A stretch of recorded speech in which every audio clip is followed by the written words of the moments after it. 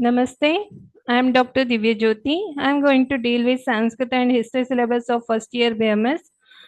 So before starting the syllabus, I want to discuss the importance of Sanskrit in learning Ayurveda. If we see the Indian tradition of knowledge, which includes all areas of science which are still applicable today, all were written in Sanskrit. So, if you want to understand ancient Indian wisdom, we must have the knowledge of Sanskrit. If you see the history of Ayurveda from Charaka to modern authors dating from 1890 to 1930, all the Ayurvedic books were written in Sanskrit. A study from the National Manuscript Mission showed that over 20,000 Ayurvedic manuscripts are identified but still unexplored and unpublished, and there are also around 1 lakh manuscripts which are not identified. Then, how do we pursue this great treasure of Ayurveda? How to understand these published Ayurvedic books as well as unpublished Ayurvedic books? Therefore, it is necessary to learn Sanskrit to understand both published as well as unexplored Ayurvedic manuscripts. Why Sanskrit is needed? So, Sanskrit is needed to understand the topic in depth, to enhance the knowledge, to retain the topic, and for research purpose. So, let us see one by one. Coming to the importance of Vyakarana, Sushruta says that Ekam Shastram Adhiyano na Vidya Shastra Nishchayam Tasmat Bahushuta Shastram Vijaniyat Chikitsakaha. According to Acharya Sushruta, a scholar should be familiar with other sciences while learning Ayurveda. For that, Dalhana says that Anya Shastrani Vyakarana Sankhya Vaisheshika Jyotish Shastradini. So Dalhana incorporates Vyakarana Shastra in other Shastra, which clearly justifies the importance of Vyakarana in learning Ayurveda. Importance of Sutra. The entire structure of Ayurveda is in the form of Sutra. So what is Sutra?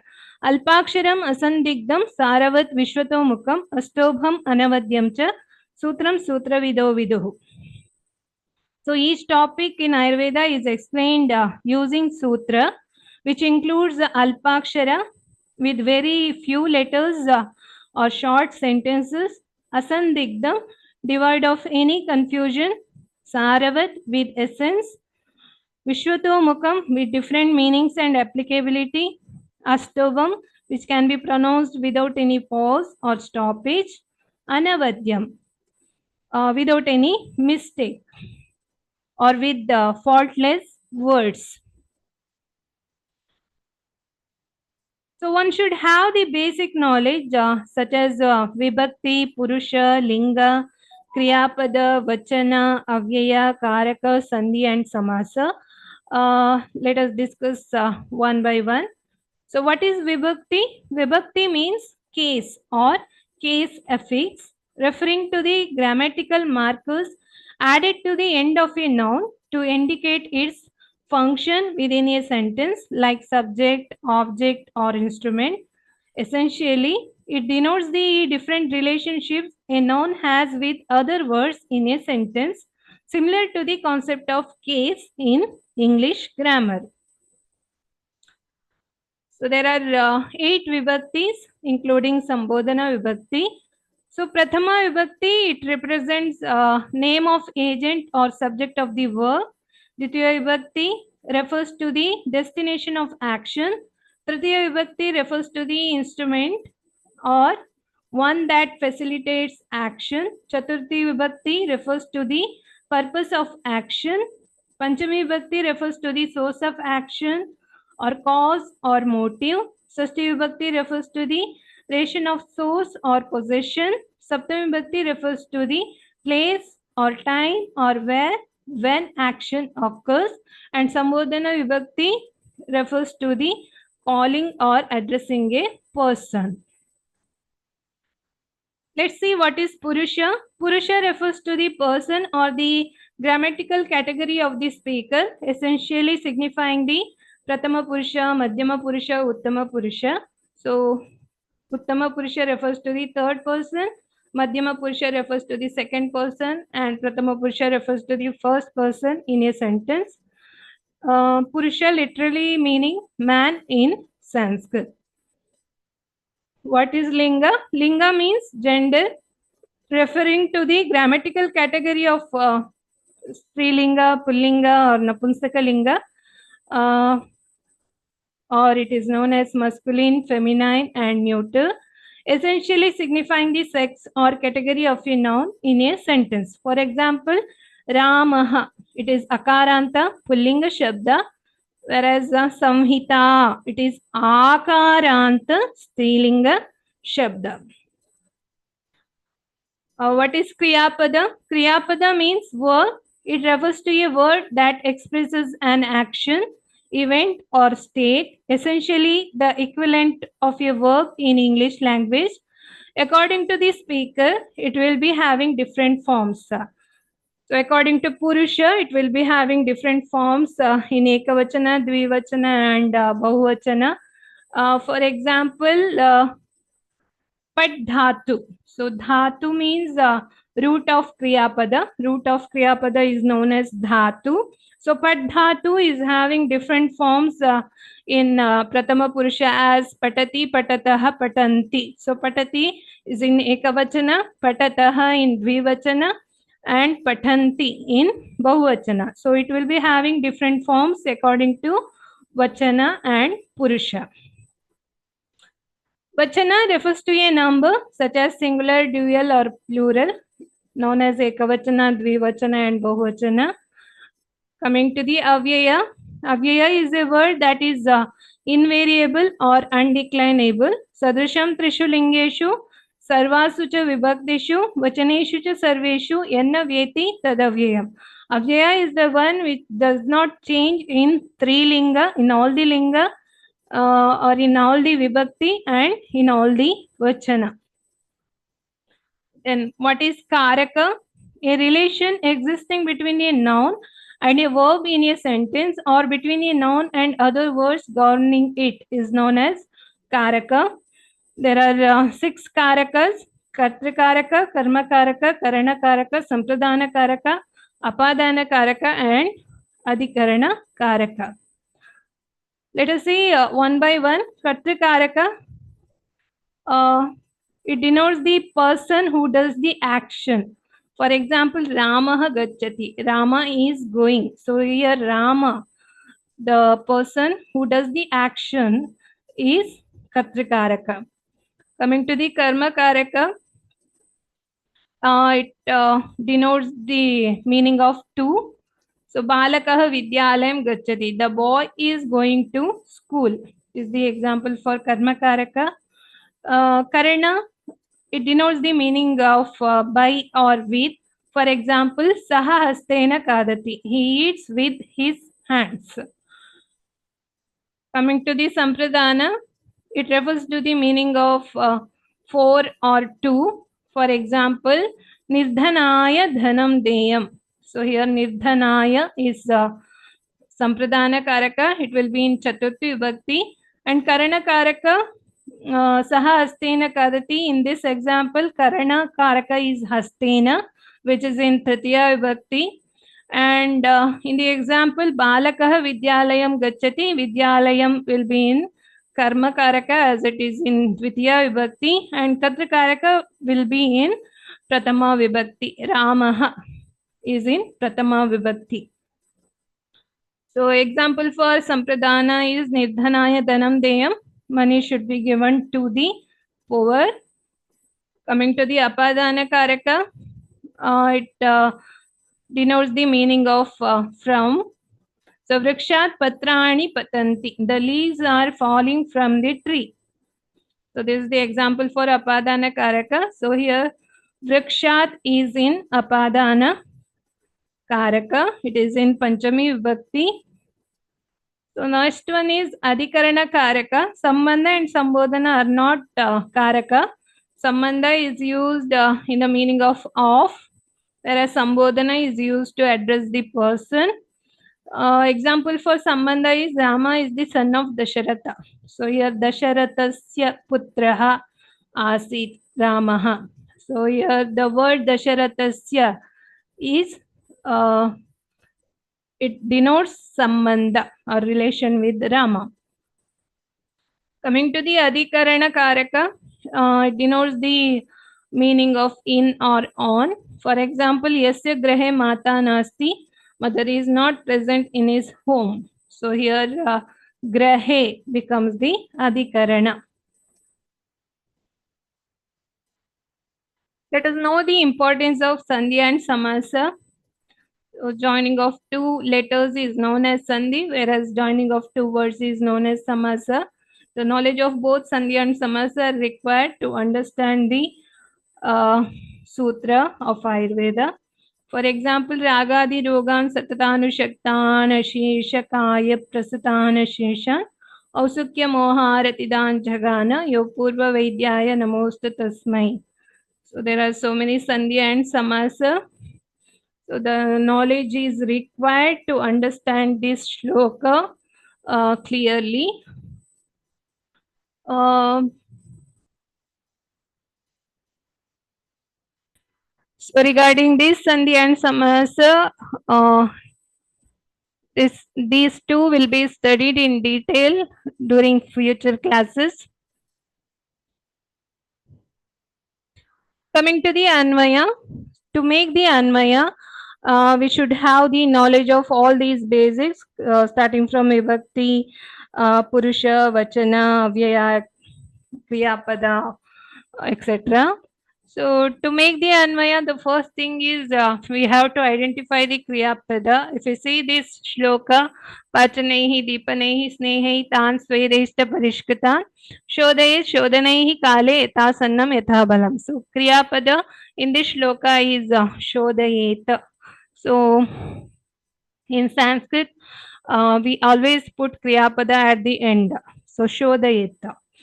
What we have to Shodayet, what we have to do the Shodana, that is Tan Shodayet. So here Tan is Sarvanama, it denotes the dosha, Doshan Shodayet.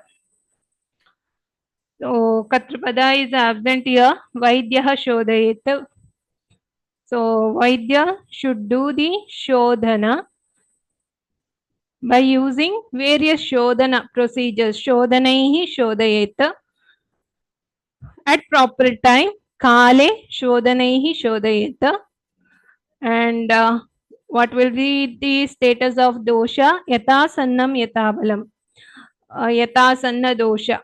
By saying the nearest root of the dosha, Yatha Sannam Yatha Balam. According to the bala of dosha as well as bala of patient, we have to go for Shodhana. But before Shodhana, doshas should undergo modification. Parishkritan. So Parishkritan Tan. Pachanehi, Deepanehi, Snehehi, Svedeshta, Parishkritan Tan. Tan here refers to doshan. So Parishkrita is the Visheshana for these doshas. How this Parishkarana can be done? By using Pachana, Deepana, Sneha and Svedana. So the Anvaya is Pachanehi, Deepanehi, Snehehi, Svedeshta, Parishkritan Tan Doshan Kale Yatha Sannam Yatha Balam Shodhanaihi Shodayet. So to make the proper sentence, we should have the knowledge of basics of Sanskrit. Then we can understand the meaning of a sutra properly or easily. So next one is to enhance the knowledge. So Sanskrit knowledge is needed to read the commentary. So what is commentary? Commentary is a set of explanatory or critical notes on a text. It is useful for better understanding the subject. So many commentaries are available on Charaka Samhita, Sushruta Samhita, Ashtanga Hridaya and Ashtanga Sangraha. But the important one is Ayurveda Deepika written by Chakrapani on Charaka Samhita, and Nibandha Sangraha written by Dalhana on Sushruta Samhita. Then Sarvanga Sundara Tika written by Aruna Datta on Ashtanga Hridaya, Ayurveda Rasayana by Hemadri on Ashtanga Hridaya, and Indukrita Tika on Ashtanga Sangraha. So these all are the important commentaries which are useful to understand the Brihatrayis or important classics of Ayurveda. So this is the example I am showing. Ayurveda Deepika commentary written on the explanation of Sharirika dosha and Manasa dosha. So how detailed explanation was given for this shloka, you can see in this slide. So next one is to understand the synonyms, we should have the knowledge of Sanskrit. For example, Sharirendriya Sattvatma Sanyogo Dhari Jivitam Nityagasthanubandhascha Paryayehi Ayuruchyate. For the synonyms of Ayu, detailed explanation is given in the commentary. So to understand that, we should have the knowledge of Sanskrit. Let's see the importance of root word or importance of Sanskrit knowledge in understanding the root word. So Vyano Hridistitah Krishna Dehachari Mahajavaha Gati Apakshepana Ukshepa Nimesha Unmeshanadikaha Prayaha Sarvaha Kriyaha Tasmin Pratibaddaha Sharirnam. So it is told that Vyana Vata. So Vyana Vata, it is one among the 5 types of Vata. So it is Hridistitaha. It stays in Hridaya. The translated word for Hridaya is heart. But if the dhatu, root word, is analyzed, then one can get the meaning as, so Hr means which carries or takes away or receives, Da means which gives, and Ya means which maintains. Thus, the meaning of Hridaya is the organ which receives, responds, and maintains all bodily activities. Thus, the term Hridaya should be referred to as the nervous system, but not the heart. Let us see how Sanskrit is useful for retention. So recitation of Sanskrit letters can improve brain retention ability. So research was carried out by Dr. James Hartzell, Dr. Tanmay Nath, and Dr. Nandini Chatterjee to see the effect of chanting mantras on the brain. The study showed that the memorization of mantras increases the size of brain areas associated with cognitive functions such as long-term and short-term memory. So, recitation of shlokas or recitation of Sanskrit letters can improve the brain retention ability. Coming to the last point, that is research. So number of manuscripts recorded in catalogs is 10 lakh.